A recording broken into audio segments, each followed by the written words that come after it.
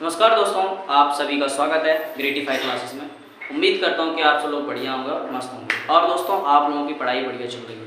दोस्तों, समय नज़दीक आता जा रहा है पेपर्स के लिए, तो दोस्तों पढ़ाई करना चालू कर दो, क्योंकि समय दिन पे दिन क्या हो रहा है, कम होता जा रहा है। ठीक है, तो मैंने आप लोगों को आज इस वीडियो में एक एप्लीकेशन और कराऊँगा। 2 एप्लीकेशन मैंने करा दी आपको।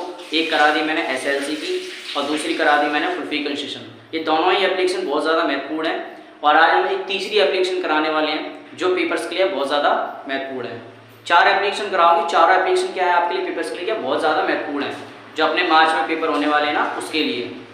ठीक है, स्कूल लिविंग सर्टिफिकेट करा दिया मैंने, फुलफी कंसेशन करा दी। और आज हम सीखेंगे बुक बैंक।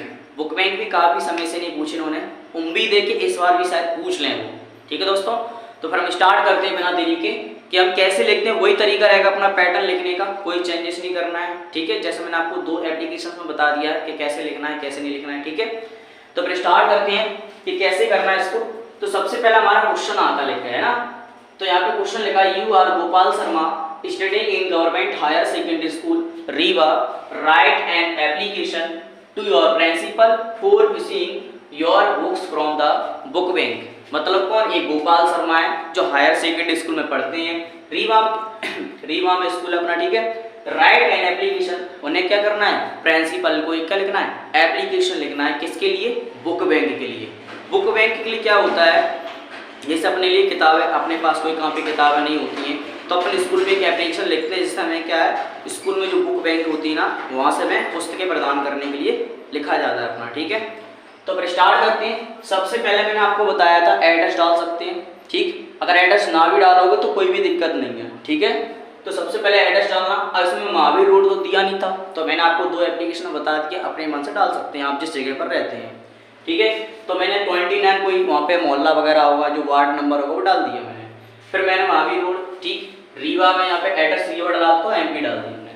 ठीक है, फिर इसके बाद आप क्या डालेंगे, डेट। और मैंने आपको 2 एप्लीकेशन में बता दिया कि डेट हमेशा ऐसे ही डालना, ऐसे ही डालना है ना। 12 नवंबर 2024, तो वहाँ पे ऐसा मत डालना कि 12 है ना 11-24, ये गलत होती है, ऐसे मत डालना। ठीक है, एप्लीकेशंस में ऐसी डाली नहीं जाती है।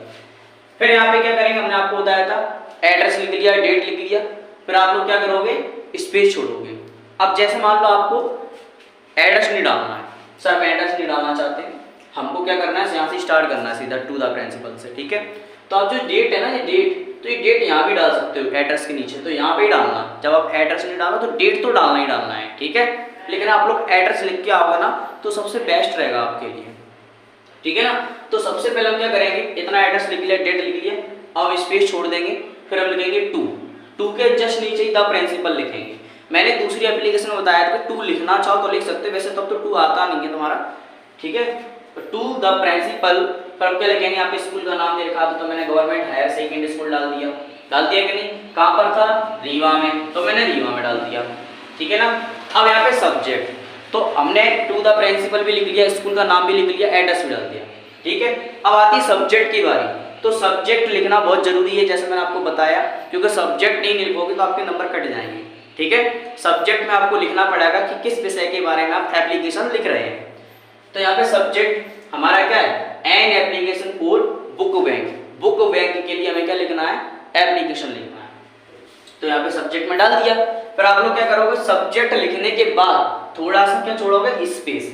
फिर हम डालेंगे रिस्पेक्टेड सर, सर को लिखना चाहो सर, मैडम को लिखना चाहो मैडम, जैसा उसमें बोले। ठीक है, अब रिस्पेक्टेड सर लिखने के बाद मैंने आपको तुरंत बताया था कि यहाँ से नीचे जस्ट लिखना है, सीधा सीधा लिखना है, टेढ़ा मेढ़ा नहीं भगाना हमें। ठीक है, तो रिस्पेक्टेड सर, फिर हम क्या लिखेंगे, मोस्ट हम्बली।